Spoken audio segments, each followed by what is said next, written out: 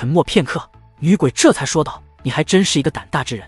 既然如此，那2个我便放弃了，就选你吧。”女鬼此话一出，楚风还以为女鬼会进入正题，可女鬼则是对着楚风大嘴一张，随后发出刺耳的尖叫。这尖叫非同一般，音波尽肉眼可见，宛如飓风一般围绕着楚风。那尖叫可扰乱心智，能够让人走火入魔，甚至灵魂碎裂而亡。但是楚风却面色不改。楚风的精神力不仅强大，他的毅力更是异于常人，最不怕的就是这种干扰。看着那干扰的力量在楚风周身肆虐，楚风的衣衫头发都被震得猎猎作响，周遭的天地都是裂痕无数。可是楚风却跟没事人似的看着自己。那女鬼再度愣住了，她停止了尖叫。你这小鬼是聋子吗？女鬼问。前辈，您是戒灵师吧？既然是戒灵师，应该知道我不是聋子，只是晚辈的承受力够足强。您刚刚的尖叫是在考验晚辈对吧？那晚辈也通过考验了吧？是不是能为你办事了？楚风问。话都被你说了，那我还说不说？女鬼反问，紧接着又道：好吧，你说对了，刚刚的确实是考验，你也确实通过了。看来一计没少去吧，不然这种套路你怎么这么熟悉？确实去过不少。楚风淡淡的笑道。你叫什么名字？女鬼问。楚风。楚风道。我问的是真名。女鬼问道。楚风就是我的真名。楚风道。你不信戒，也不信灵？女鬼诧异。听他这样一说，楚风便明白，他误以为楚风精神力强大，是出自七界圣府，于是道：我不是七界圣府的人。闻言，女鬼感到意外，这么优秀的苗子竟不是七界圣府的人，莫非七界圣府已经落寞了？女鬼摇了摇头，那苍白的脸上竟有着一抹遗憾与些许伤感。前辈，莫非你是七界圣府的人？楚风问。他觉得若不是七界圣府的人，不会有这样的表情变化。曾经是，如今不是了。女鬼道。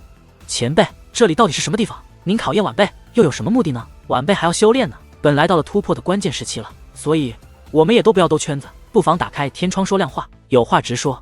楚风说道。我坦诚告诉你，此地隐藏着非同一般的宝藏，你们所看到的那些冰，只不过是那宝藏的冰山一角。你们手中的羊皮卷轴，这世间不止一个，我当年因缘际会下也得到了一个。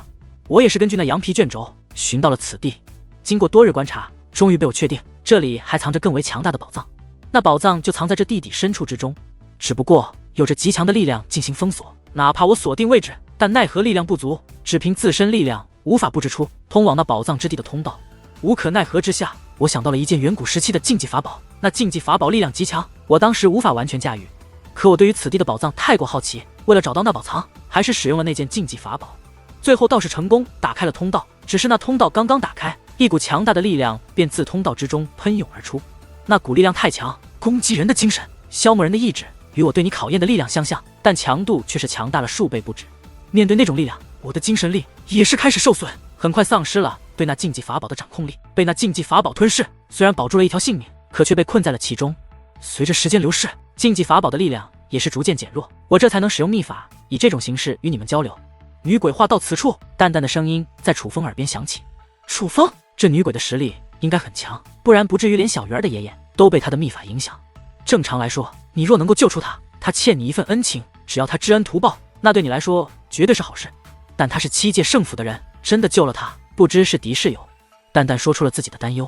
我觉得对事不对人，七界圣府也不是所有人都是坏人，但我的女王大人说的确实很在理，需要确认他这个人的人品如何才行。我等一下再问一问，再观察观察，然后再做决定。楚风说道。真是听话的乖宝宝。淡淡满意的笑道。于是楚风对那女鬼问道：前辈，那我要怎么才能救您？其实很简单，随着时间流逝，那禁忌法宝的力量早已消耗的差不多，如今仅剩下的力量都用来困住我了。你只要能够靠近那禁忌法宝，就会看到一根权杖，那权杖是专门用来摧毁禁忌法宝的。我将它取出是为了以防万一，但当时没来得及使用，便被禁忌法宝吞噬了。你用它就能摧毁如今的禁忌法宝，只要将禁忌法宝摧毁，我便能够恢复自由。但是那里被宝藏之地散发出的力量覆盖，并且那股力量至今仍然没有减弱，而那股力量需精神力或意志力足够强大才能够承受。当然，意志力是关键，但精神力也同样强大，则是最好。所以我坦白告诉你，这件事其实很危险，你真的愿意帮我吗？女鬼问。晚辈愿意。楚风说道。闻言，女鬼一愣。我还没告诉你能够得到什么好处呢，你就愿意？女鬼问。前辈不是说了，这些能够用来修炼的冰，相比于此地真正的宝藏，只是此地的冰山一角，而如今通往那宝藏的通道，前辈已经打通了。晚辈对此地的宝藏也很感兴趣，并且此次我还带来了不少高手，若是前辈愿意，待得我将前辈救出之后，我们可以一同探索一下此地的宝藏。楚风说道。你带来的这些人没用，我说了，那股力量需要有极强的意志力或精神力才能承受得住。那2个与你一样的小贝娃娃，也许还有一些机会，那几个老家伙一点机会都没有。女鬼说道。对精神力与意志力的冲击，说白了也算是天赋的考验。毕竟只要是天才，就算不是界灵师，精神力相对薄弱一些，但意志力绝对是不弱。而小鱼儿与仙海少羽的天赋已是极高的，是楚风出现前，他们可是修武界公认的最强天才。但在这位口中，却也只得到了有一些机会的评价。可见那自宝藏通道所释放出的力量，确实非同一般。谨慎起见，楚风也是询问道：“那前辈，您觉得晚辈能否承受得住那力量？”闻言，女鬼重新审视起楚风：“你刚才的表现有点厉害，但我要告诉你，那股力量真的很强，根本不是我的考验能比的。所以我不能确定，只能说你是目前我见到的人之中最有可能承受得住那股力量的人。”女鬼说道：“那晚辈就试试，但前辈需先告诉晚辈那禁忌之物所在之地。”楚风说道：“你等一下，顺着岩洞一直向里面走，走到尽头处，看似没有路了，其实那里面还有很深的路，只不过是被我当年用秘宝封住了。所以你们看到的尽头，便是我布置的秘宝。当初我用那秘宝封锁，只是不想让人看到我做的事情，不曾想却巧合之下阻挡了那力量的冲出。不然现在你们所在的地方也都被那力量覆盖，除了你，他们根本都进不来。进来了，怕是也要赶快出去，甚至许多人进来了就没机会出去了。而我等下传授你法诀，你便可以开启那秘宝。开启之后，一直深入，便能找到那困住我的禁忌法宝。不过开启之前，记得先让你的朋友们出去。那股力量真的非同一般，他们多半承受不住，尤其是那几个老的。这也是为何哪怕好不容易有人来到这里，我也会运用秘法对他们进行考验的原因。若是达不到我的要求，我也绝不会让他们冒险。女鬼话到此处，楚风有些动容。这女鬼没有说谎，她虽然被困，可只凭借她这秘法就能干扰不少人。也许小鱼儿爷爷以及父母那种境界的人能够强行摆脱这秘法，可是其他人多半不行。所以若是他想，完全可以威逼利诱，让来过这里的人帮他。但听仙海鱼族的讲述，显然这位女鬼没有这样做过。她一直在从天赋好的人中挑选，从来没有影响普通人。而女鬼看着楚风，似是想到了什么，目光竟变得优柔寡断，犹犹豫豫。楚风，你的精神力非同一般，虽然意志力也是天赋，但你这个年纪能有如此意志力，定然也受过不少苦。虽然我们第一次见，我对你并不了解，也没有任何交情，但我也知道你绝对是这世间少见的天才。我不想骗你，我必须实话告诉你，那自宝藏渗透而出的力量真的很可怕，哪怕是你也未必承受得住。若是真的打开了阻隔的秘宝，那股力量就会侵蚀你，你也许会有生命危险。所以你可以自己再考虑一下，事关安危，你拒绝我，我也完全尊重。女鬼说道。闻言，楚风笑了笑，前辈已经知道晚辈的名字了，可晚辈对前辈还所知甚少。晚辈想知道前辈的名字，也想知道前辈当初为何离开七界圣府。见楚风这样说，女子则是原地转了个圈。当她脸庞再度看向楚风时，整个人都发生了变化。首先是脸，从一个脸色惨白、眼睛渗血的女鬼的模样，化作了一个中年女子的模样。虽已是中年，但却风韵犹存。且她虽然身材很好，前凸后翘，但却无论是身上还是手上都带点肉，是有些微胖的那种。精致的五官配上那肉嘟嘟的小脸，看上去还格外的有女人味。当然，最能凸显女人味的还是她的身材，太夸张了，就连那略显宽松的长袍都阻挡不住，就仿佛胸前挂着2个10斤重的西瓜。不过最吸引楚风的却是女子的额头处，那里有着一块胎记，形态是一把扇子。尽管只是幻境中的虚影，可楚风也能看出女子这胎记并不简单。而就在楚风观察之时，那女鬼也是开口：“楚风，我名为界善仙，活了不少年头了，如今世人知道我的应该不多，但你去七界圣府问，应该还有人记得我。至于为何离开七界圣府，只能说有一些人我不喜欢，所以便离开了。”女子说道。那前辈被困在这里有多久了？楚风又问。好多年了，被困在这里，浑浑噩噩的具体记不清了，但怎么也有几万年了吧？女子说道。这么久？楚风感叹，被困在这样一个地方几万年，这未免也太惨了一些。那你考虑好了吗？界善仙问这话的时候，小心翼翼的。他其实很渴望，但又很怕楚风拒绝，是真的想脱困。可他明明可以欺骗楚风的，但却害怕楚风死在里面，还是明确提醒了楚风那里面的危险性。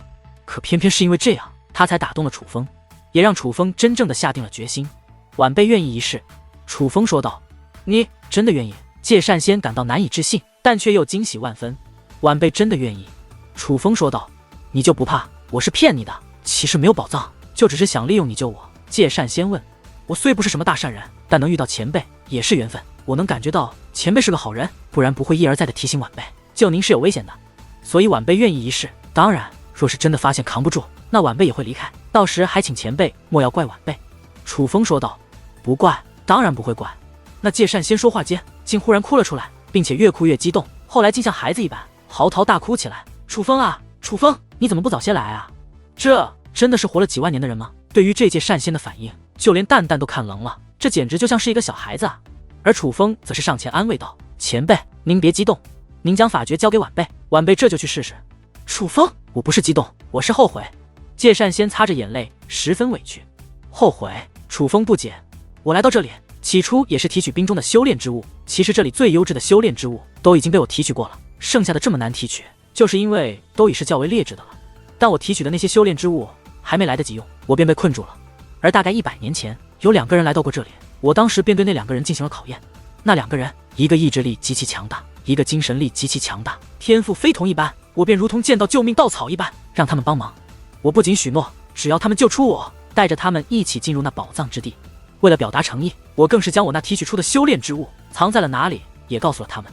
而他们2个看到修炼之物，皆是两眼放光，尤其是那个老的，一再保证定然会救我出去，不负我的信任，不负修炼之物。于是我告诉他们打开封锁秘宝的方法，只是打开了秘宝的封锁，便被宝藏的力量吞噬后，他们2个脸色就变了。其中精神力强的那个，倒还是强撑着向禁忌法宝的方向走了一段，支撑不住便跑了。至于意志力强的那个，更是进都没进去，只对我说了一句：前辈抱歉，晚辈不擅长结界之术，也转身跑了。提及此事，介善仙不仅委屈，更是咬牙切齿，恨意表现得十分明显。精神力强的承受不住，情有可原；意志力强的是都没事，未免有些过分了。楚风说道：他俩一伙的都不是好东西。介善仙掐着小蛮腰，可能是越想越气，胸前都是一阵起伏。那修炼之物他们就都拿走了，没留下一些。楚风这样问，是觉得如果是他答应了帮忙，如果没能做到，可能会有些过意不去。就算带走一些修炼之物，但也会留下一些。毕竟留下一些的话，这位前辈日后也有资本找其他人求助了，自然是全部拿走了。不然我也不会如此生气。那么多修炼之物，若是留着给你，那该多好，那也是我花了大价钱提取出来的。介善仙道：那这2个人确实有些不地道了。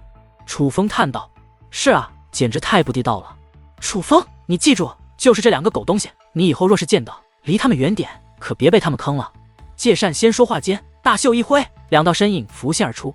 定睛一看，楚风和蛋蛋都愣住了。